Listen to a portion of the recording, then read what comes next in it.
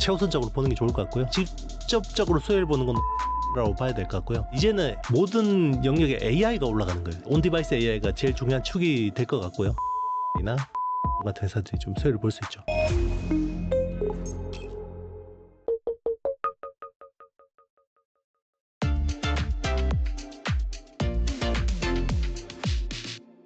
그리고 삼성전자 덕에 모처럼 만의 소부장 기업들도 강세를 보였더라고요. 때문에 이 코스닥 지수의 상승세가 또 예사롭지도 않은 그런 상황이었는데 한동안 소외되어 있다가 막 반등을 시작한 이 소부장 기업들 더 갈 수 있을까요? 더 갈 수 있습니다. 근데 제가 말씀드리는 건요, 롱텀으로. 저는 이제 국내 반도체 소부장은 연말쯤에 봐야 된다고 생각하거든요. 네. 그래서 최근에 이제 모멘텀 때문에 이제 관련 주가들이 좋긴 한데 제가 보기에는 8월, 9월이란 좀 허들이 녹록하진 않아요. 네. 그래서 요때가 약간 선언만 있고 디테일이 없는 시점. 그러니까 이제 처음에는 22조 8천억 투자한대. 그러면 이제 뭐 많이 들어야겠구나라고 하지만 실제로 이제 발주가 수주가 나오거나 이 숫자로 찍히는 데는 좀 시간이 필요하단 말이에요. 그래서 연말이 되면 특히나 삼성전자나 하이닉스 같은 기업들은 내년 계획을 세우잖아요. 거기에 대해서 투자 계획을 세우죠. 그래서 이제 내년에 대한 캐펙스가 나옵니다. 그러면 이제 거기에 대해서 이제 소부장주들이 따라가는 측면들이 있는데 뭐 빠르면 10월 뭐 하반기 좀 늦어도 11월에는 주가를 좀 충분히 랠리를 할 수 있어요. 그래서 뭐 지금 삼성 파운드리나 HBM 관련주, 뭐 소캠 관련주들을 열심히 공부를 해놓고 9월에 사는 것도 방법입니다. 9월에 좀 조정받을 때. 그러면 이제 연말에는 좀 따뜻하게 보낼 수 있죠. 그럼 8, 9월이 약간 좀 노이즈가 있을 것이다라고 하셨는데 그거는 섹터 관점이세요? 아니면은 그 매크로 관점에서 이렇게 보시는 거예요? 매크로 때문에 이제 섹터가 주목을 못 받게 되겠죠.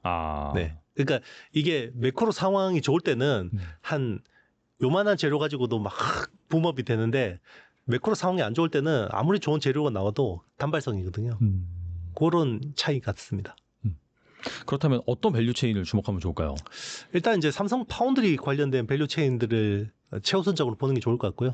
그리고 이제 패키징이나 이런 쪽에 이제 투자 뭐 그런 아이들을 보는 게 좋을 것 같은데 일단 이제 삼성 파운드리 쪽으로 이제 밸류 체인 그러면 당장 직접적으로 수혜를 보는 건 오사트 업체들. 그래서 이제 뭐 두산 테스나나 뭐 하나 마이크론. 특히나 두산 테스나는 삼성 파운드리 매출 비중이 절대적이거든요. 그렇기 때문에 이제 아마 삼성 파운드리의 거의 프록시 중소형주는 두산 테스나라고 봐야 될 것 같고요. 뭐 하나 마이크론은 약간 뭐 분할 이슈도 있고 노이즈가 있었는데 최근에 좀 철회가 됐기 때문에 조금 이제 좋아질 수 있다고 보고 있고 그리고 이제 디자인 하우스나 IP 관련된 기업들 있잖아요. 가온칩스, 뭐 AD 테크놀로지 그리고 이제 뭐 에이지글랜드, 칩셋 미디어 뭐 이런 회사들도 좀 관심을 가질 만하죠.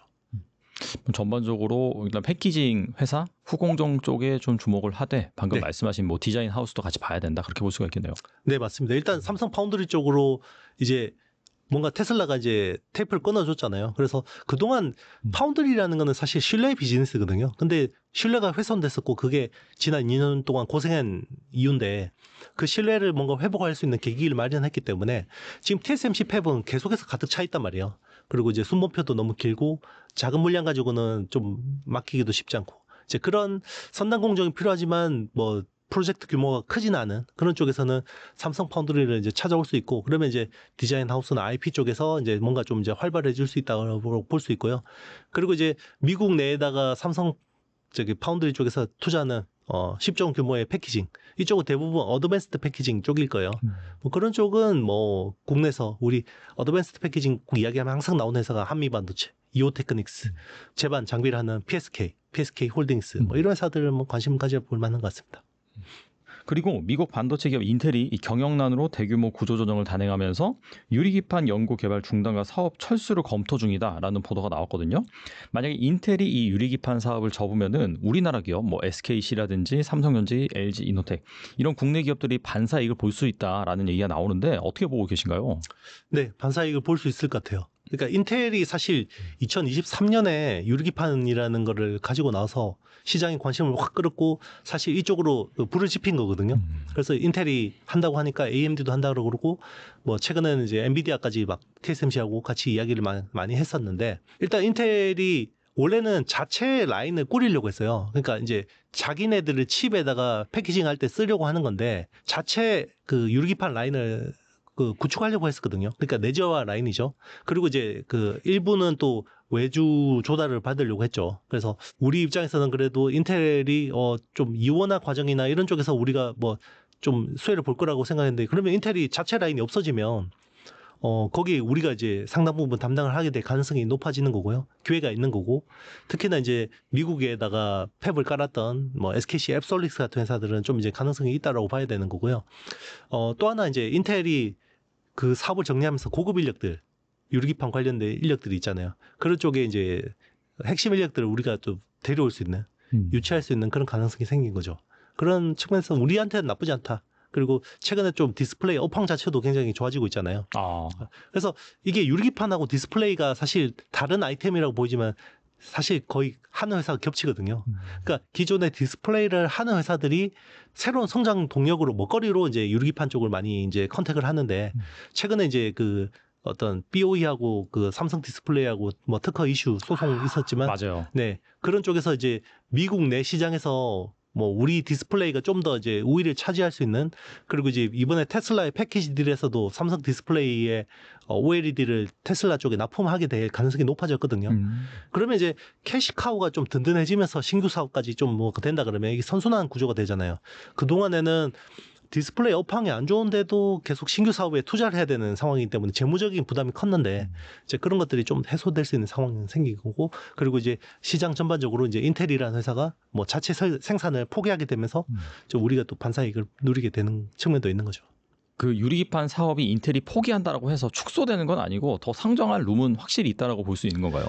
그렇죠. 이제 인텔이 향후에는 자기네들의 CPU에다가 패키징 할 때 유리기판 쓰긴 써야 돼요.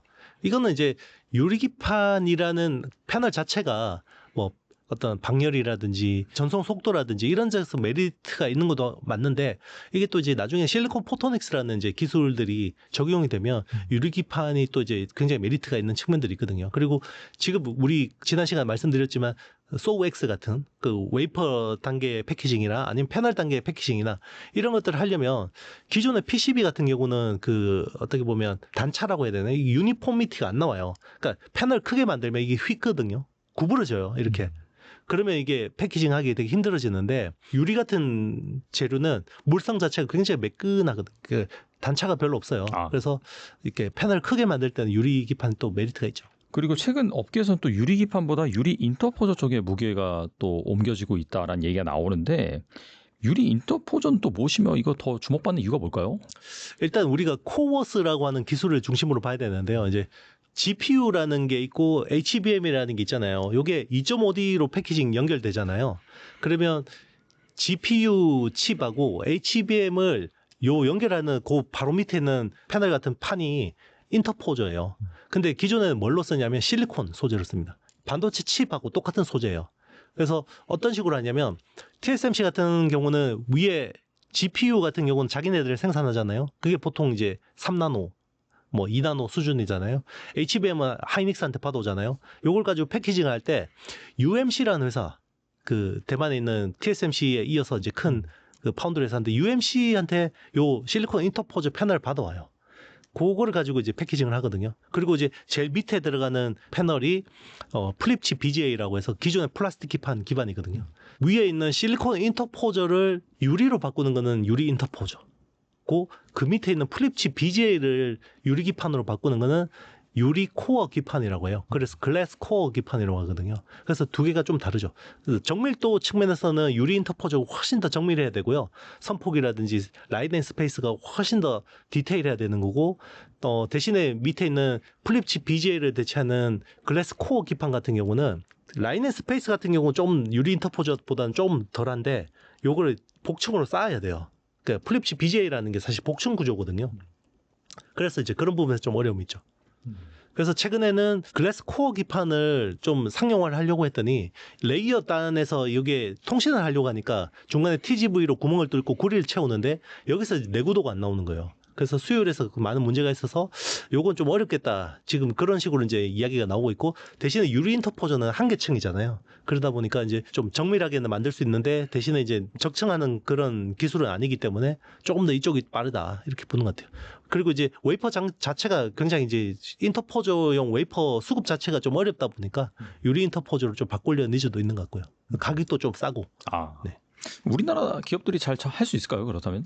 일단 삼성전자에서 설계는 직접 하고 있고요. 그러니까 공정은 삼성전기한테 아마 맡길 것 같아요. 그래서 삼성전기는 원래 글래스 코어 기판 쪽을 이제 좀 드라이브를 많이 걸었었고, 그리고 이제 SKC 앱솔릭스도 글래스 코어 기판 쪽을 많이 신경을 쓰고 있었는데, 최근의 트렌드는 TSMC나 삼성 파운드리에서 인터포저 쪽으로 좀 초점을 맞추다 보니까 이제 모든 기술 트렌드가 다 그쪽으로 좀 흘러가는, 쭉 당겨가는 그런 느낌 같습니다. 그리고 최근 삼성전자가 일본 히타치의 가전사업부를 인수할 것이다라는 그 기사가 나왔습니다. 이에 앞서서 이 미국의 디지털 헬스케어 회사 젤수를 인수한다고 밝혔는데, 뭐 작년부터 보면은 뭐 레인보우 로보틱스, 시멘틱 테크놀로지, 플렉트 그룹 등 다양한 기업을 이 M&A 하고 있습니다. 이 삼성전자가 M&A로 그리는 큰 그림 무엇일까요? 결국 AI입니다. 네, AI를 하기 위해서 AI에 필요한 서비스 관련된 기업들을 모으는 거고요. 그리고 이제 삼성은 사실 지금 뭐 자체 거대 모델은 없잖아요. 뭐 LLM을 하는 회사는 아니기 때문에 결국 삼성이 가지고 있는 제조 데이터나 고객 데이터를 기반으로 서비스를 만드는 게 되게 중요하거든요. 그러기 위해서 이제 피지컬 AI라고 하죠. 결국은 가전. 히타치 같은 회사들을 인수하는 거는 지금 가전 사업에서 무슨 부가가치가 있겠어요. 그 가전에 결국 AI가 올라가는 게 중요한 거죠. 그래서 그걸 이제 삼성은 하려고 하는 거고, 거기서 이제 또 여러 가지 콘텐츠들이 필요하잖아요. 그러려면 뭐 헬스케어 쪽이나 아니면 뭐 여러 가지 기술들을 가진 회사들을 가져오려고 하는 거고, 제가 보기에는 정말 중요한 딜은 이게 지분 투자가 될지 아니면 뭐 인수합병이 될지는 모르겠습니다만은 결국 나중에 이 AI라는 게 OS처럼 될 거거든요. 그러면 완제품을 만드는 회사들 입장에서는 OS가 굉장히 중요하잖아요. 안드로이드가 될지 뭐 이게 iOS가 될지 모르겠지만 결국 그 AI를 자기네들의 제품에다가 올려야 될 텐데, 자, 그 파트너를 누가 하고 손을 잡을 거냐. 지금 뭐 제일 유력한 거는 구글하고 하는 거죠. 구글 안드로이드하고 워낙 또 삼성이 좋은 관계고, 구글 제미나이 같은 경우도 굉장히 좋은 성능을 내기 때문에 제미나이를 올릴 가능성도 있는데, 뭐 멀티 OS를 할 수도 있는 거죠. 그 중에 하나가 이제 예전에 바다 같은 자체 OS를 하고 싶어하는 니즈도 있을 거고, 그러려면 이제 뭐 미국에 약간 세컨 티어에 있는 AI 업체를 지분 투자하거나 인수하는 것도 방법이겠죠. AI 업계 어떻게 보면 모든 디바이스를 좀 총괄하는 좀 그런 꿈을 그리고 있는 것 같긴 하네요. 말씀 들어보니까. 그렇죠. 이제 앞으로는 우리가 예전에 휴대폰이 피처폰에서 스마트폰으로 바뀔 때는 결국 OS가 휴대폰으로 올라가면서 완전히 바뀐 거잖아요. 그러니까 이제는 모든 영역에 AI가 올라가는 거예요. TV든 가전이든 자동차든 우리가 쓰는 모든 전자제품에는 이제 AI 기반으로 돌아가게 될 거거든요. 거기서 삼성이 단순히 엣지단에서의 제품만 만들면 부가가치가 없죠. 데이터도 쪽쪽 빨릴 수밖에 없는 거고. 그러면 자기네들이 적어도 미들웨어, 뭐 OS를 못 하더라도 미들웨어 정도는 해서 자기네들 어쨌든 그 어떤 핵심 데이터들을 계속 쌓아가는 게 중요하겠죠. 그 데이터를 기반으로 또 자기네들이 가공을 해서 AI 성능을 더 좋게 하거나, 물론 이제 API로 다른 AI를 가져오더라도 어쨌든 자체 기술이 있는 건 되게 중요한 거죠. 그리고 새 정부가 AI 3대 강국을 1호 국정 과제로 내세우고 국산 AI 반도체 개발과 100조 원 국민펀드 조성을 추진하고 있습니다. 정부 주도의 성장 가능성이 부과되면서 투자 열기 역시 뜨거워지고 있는데, 현 시점에서 주목할 만한 AI 기업 뭐가 있을까요? 네, 결국 그 플랫폼 회사나 소프트웨어 기업들이 좀 수혜를 많이 볼 것 같아요. 물론 이제 하드웨어 쪽은 이미 뭐 엔비디아의 수혜를 보고 있었기 때문에 SK하이닉스나 뭐 삼성전자 같은 기업들은 새삼 거론할 필요는 없고, 한국형 소버린 AI가 된다 그러면 결국 이제 저는 네이버 그리고 이제 LG CNS 같은 회사들이 제일 수혜를 볼 수밖에 없을 거라고 생각합니다. 그래서 사실 소버린 AI도 하지만 지금 또 스테이블 코인, 통화 주권하고도 또 직결돼 있잖아요. 네. AI 주권도 중요한데 지금 통화 주권도 중요하기 때문에 그 두 가지가 다 진행되고 있는데, 그걸 두 개 다 공통적으로 하는 게 클라우드 기반의 어떤 풀스택을 가지고 있는 회사들이 유리하거든요. 그래서 국내에서 AI 하이퍼클로버 X가 뭐 퀄리티는 좀 떨어지지만 어쨌든 파운데이션 AI 모델을 가지고 있고, 클라우드도 가지고 있고, 데이터도 가지고 있고, 서비스도 가지고 있고, 모든 걸 풀스택으로 가지고 있잖아요. 그래서 네이버가 좀 이제 이번 정부에서 좀 수혜를 볼 수 있을 거라고 생각하고 있고, 그리고 이제 초거대 언어 모델에서는 사실 하이퍼클로버 X보다 1견 더 뛰어나다고 생각하는 게 LG X4원이거든요. LG AI 연구원에서 만든 거. 그러니까 거기서는 이제 비즈니스를 한다 그러면 LG CNS가 좀 이제 수혜를 볼 수 있을 것 같고, 그리고 이제 공공 데이터를 또 이제 활용할 수 있게 많이 열어줄 거 아니에요. 기존에 이제 정부나 뭐 어떤 유관기관에서 가지고 있는 것들을 데이터를 쓸 수 있게 할 건데, 거기서 이제 좋은 데이터를 가지고 있는 게 이제 한글 컴퓨터. 우리나라는 이제 정권 그 예전부터 전자정부나 이런 것들을 아래 한글 기반으로 많이 했기 때문에 네. 뭐 한글과 컴퓨터, 그리고 이제 금융 데이터 쪽에서는 쿠콘 같은 회사들, 뭐 이런 회사들을 좀 수혜를 볼 수 있을 것 같고, 그리고 이제 서버린 AI를 또 하게 되면 엔비디아 칩을 기반으로 만들 거예요. 그렇지만 우리 기업들의 참여를 많이 좀 요구를 하겠죠. 그러면 이제 한국형 AI 가속기, AI 반도체를 하는 이제 그런 회사들도 유력한데, 지금은 이제 필요서 AI나 리벨리온 같은 회사들이 좀 수혜를 볼 수 있죠. 근데 두 회사 다 비상장이잖아요. 그러니까 상장사로 보면 좀 재밌는 게, 리벨리온 AI는 TSMC 팹을 써요.